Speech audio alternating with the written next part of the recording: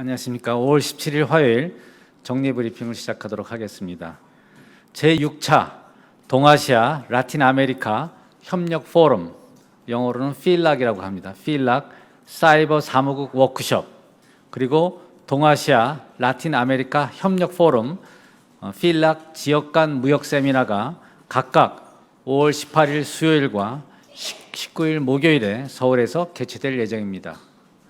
필락 사이버 사무국 유치국인 우리나라는 2011년부터 매년 워크숍을 개최해오고 있으며, 이번 워크숍에서는 동아시아 및 중남미 지역 30여 개국 회원국 대표단이 참석한 가운데 2019년 출범 20주년을 앞두고 있는 필락의 발전 방안에 대해 논의할 예정입니다. 우리나라는 2015년부터 17년까지 동아시아 지역 조정국이자 2017년 외교장관 회의 개최국으로서 근본 워크숍에서 필락의 발전을 위한 구체 방안을 제안하여 이에 대한 논의를 주도해 나갈 예정입니다. 5월 19일 개최되는 지역 간 무역 세미나에는 30여 개 회원국 고위 정부 인사 및 전문가 40여 명이 참석하여 환태평양 경제 동반자 협정 TPP, 그리고 영내 포괄적 경제 동반자 협정 RCEP 등 메가 FTA가 동아시아 중남미 지역 간 무역 투자에 미치는 영향 등 무역 투자 환경에 대해 논의할 예정입니다. 우리나라가 작년 제7차 필락 외교장관 회의에서 범지역적 협력 사업 활성화의 일환으로 제안하여 개최하는 이번 세미나는 필락 회원국 간 교역 및 투자 증진을 위한 실질적 협력 방안, 그리고 정책적 시사점을 도출하는 데 기여할 것으로 기대됩니다. 이상입니다. 그러면 질문을 받도록 하겠습니다.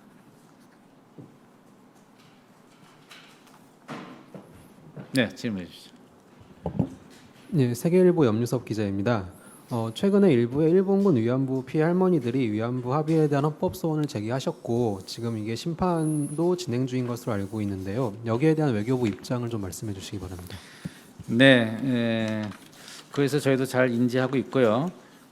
관련 법령에 따라서 일이 진행될 것으로 그렇게 생각하고 있습니다.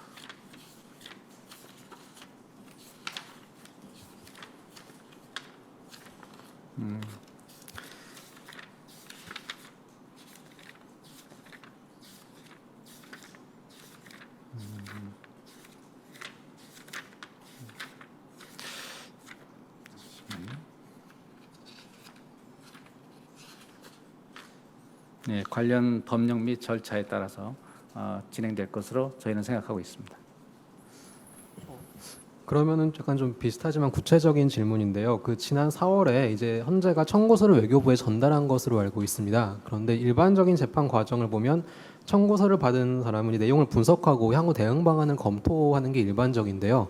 그렇다면 외교부가 어디까지 검토를 좀 진행을 했고, 향후 여기에 대해서 대응 방안은 어떻게 생각을 하고 있는지 입장을 말씀해 주시기 바랍니다. 네, 그 구체 내용에 대해서는 제가 지금 어느 정도로 검토하고 있는지는 지금 여기서 밝힐 수는 없는 입장이고요. 검토가 진행 중에 있다, 이렇게는 말씀드리겠습니다. 네, 질문해 주시죠. 네, 아리랑 TV 권소아입니다. 오늘 도쿄에서 한일 국장급 협의에서 위안부 합의 후속 조치에 대한 그 논의에 대한 진전이 많이 있었다고 하는데, 구체적으로 어떤 진전이 있었는지 말씀 부탁드립니다. 예, 감사합니다. 진전이라기보다는 아무래도 지난 12월 28일 위안부 피해자 합의의 그 가장 큰 중심이라 할 수 있는 그 재단 설립 문제에 대해서 많은 논의가 있었던 것으로 알고 있습니다. 저희가 지난 합의에 따르면 한국 정부가 재단을 설립하는 것으로 되어 있습니다. 그래서 그 재단 설립에 관한 그 절차적 그리고 실질적 그 준비 상황에 대해서 일정이라든지, 그다음에 준비 상황이 어떻게 진행되고 있는지, 준비위원회는 어떻게 언제쯤 설립하고 재단은 또 언제 설립을 목표로 하고 있는지, 이런 사안에 대해서 일찍이 설명을 하고 그에 대해서 많은 논의가 있었던 것으로 알고 있습니다. 그 합의문을 보시면 저희가 재단을 설립하고 일본 정부가 거기에 자금을 일괄 거출하는 것으로 되어 있고 양국 정부가 협력해서 사업을 시행하는 것으로 되어 있습니다. 따라서 저희가 재단 설립에 관한 여러 가지 구상과 일정을 설명을 하고 이에 대해서 협의를 하고 또 일찍의 그 자금 출연 문제, 그다음에 사업을 어떻게 시행하느냐 하는 문제에 대해서 논의가 있었던 것으로 알고 있습니다. 네.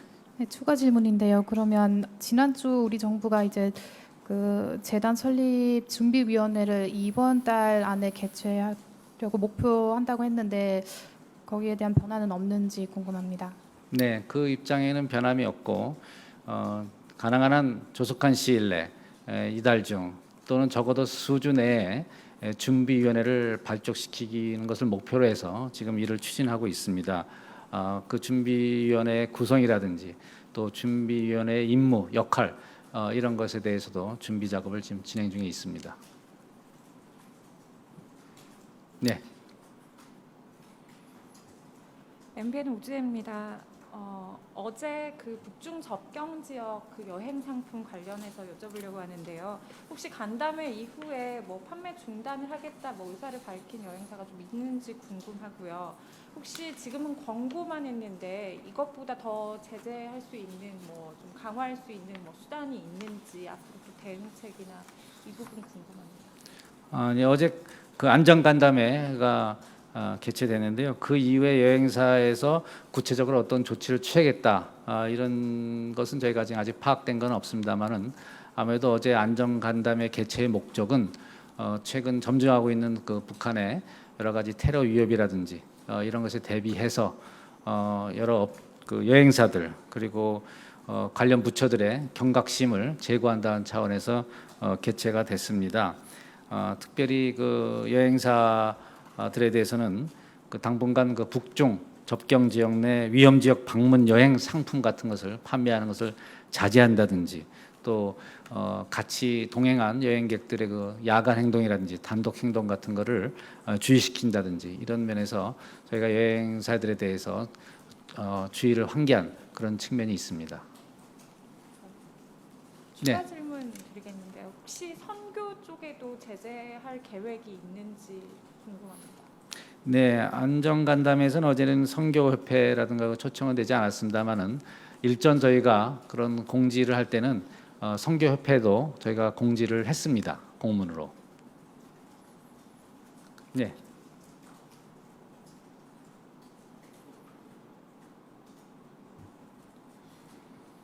미디어편의 김소정입니다. 그 한일 국장급 회의 관련해서 추가로 여쭤보려고 하는데요. 그 오늘 관련 보도를 보니까 일본 측이 그 출연하는 10억엔 이 사용 방안은 양국이 협의를 해서 쓴다고 하더라고요. 거기에 대해서 확인을 좀 해주셨으면 감사하겠고, 그리고 또 그 여가부나 외교부 그 당국자들을 중심으로 해서 TF팀이 꾸려진다고 하던데 이 비용도 그 10억엔 중에서 사용이 되는 건지 말씀 좀 부탁드립니다. 예, 먼저 그 첫 번째 질문에 대해서는 총론적으로 말씀드리면 10억 엔이 어떻게 쓰일지는 그 재단이 설립돼 봐서 재단에서 결정할 문제입니다. 그리고 아까 합의 문제가 말씀드렸는데 한일 양국 정부가 협력해서 사업을 실시하도록 되어 있습니다. 그래서 이런 것까지 포함해서 재단에서 결정을 할 사안으로 알고 있고요. 두 번째 그 TF에 관련된 활동이라든지 그런 경비 문제는 TF라는 것은 준비위원회 설립 전 단계에서 여러 각계 전문가들의 의견을 비공식적으로 이 재단 설립 문제라든지 앞으로 위안부 합의의 이행 방안과 관련해서 자문을 구한다든지 그런 차원에서 여러 각계 가치 인사들의 의견을 구하는 그런 절차였습니다. 그래서 이 시봉회랑으로는 관계가 없는 것으로 알고 있습니다. 네. 서울경제신문 노희영입니다. 오늘 북한 최고인민회의 상임위원장 김영남이 중국 서우두 공항의 모습을 드러냈다는 일본 언론 보도가 있었는데요. 혹시 행선지나 그런 게 정부가 파악하고 있는 게 있으신지 좀 알려주십시오. 네, 그 동선에 대해서는 저희도 그 관련 정보가 있습니다. 아프리카 순방 것으로 알고 있고 구체적인 국명은 저희가 거론할 입장이 아님을 말씀드리겠습니다. 그러니까 아프리카 순방 차원에서 지금 해외 나오는 걸로 파악돼 있습니다.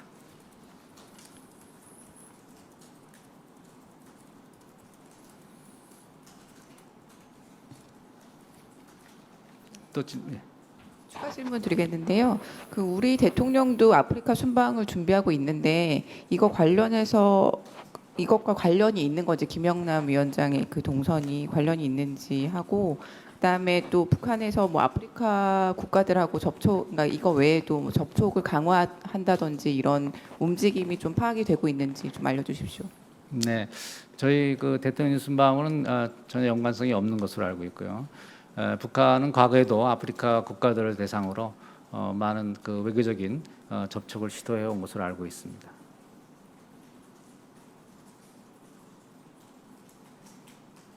네, 또 질문 있으십니까?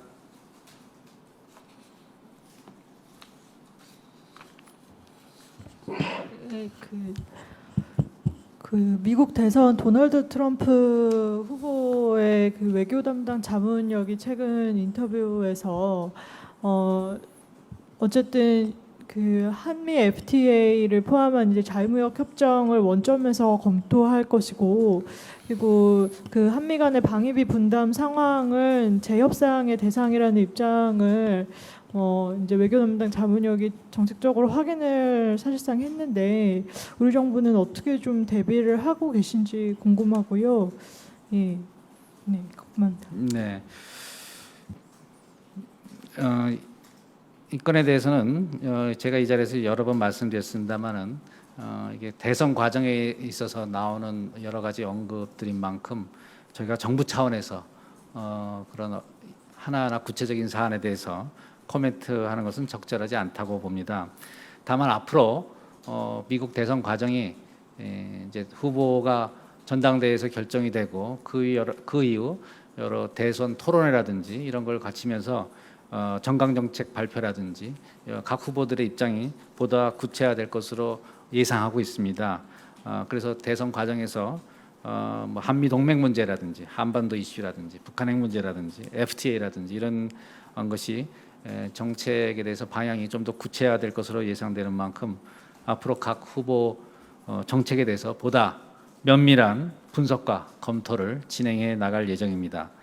아울러서 이런 대선 캠프뿐만이 아니고 전반적으로 의회, 학계, 그다음에 싱크탱크 이런 여러 각계와의 그 네트워크 구축을 더욱 강화해 나가면서 우리 외교 정책에 대한 이해 제고를 위한 노력을 지속해 나갈 예정입니다. 다만 여기서 분명히 말씀드린 것은 미국의 그 조야의 한미 연합 방위 태세를 주축으로 하는 그 한미 동맹에 대한 지지는 확고하다는 것이고 미 대선 결과에 관계없이 한미 동맹은 민주주의와 시장 경제의 공동 가치에 기초해서 더욱 발전해 나갈 것으로 확신합니다. 네, 질문해 주시죠. TBS 김선환 기자인데요. 오늘 장관께서 다이빙거 전 국무위원하고 그 간담회를 한 것인 걸 알고 있는데 혹시 공개할 수 있는 내용이 있으시면 좀 말씀해 주십시오. 네, 오늘 오찬 협의를 가지신 걸로 알고 있는데 그 내용에 대해서는 제가 아마 조금 전에 끝나신 걸로 알고 있는데 파악된 게 없어서. 네.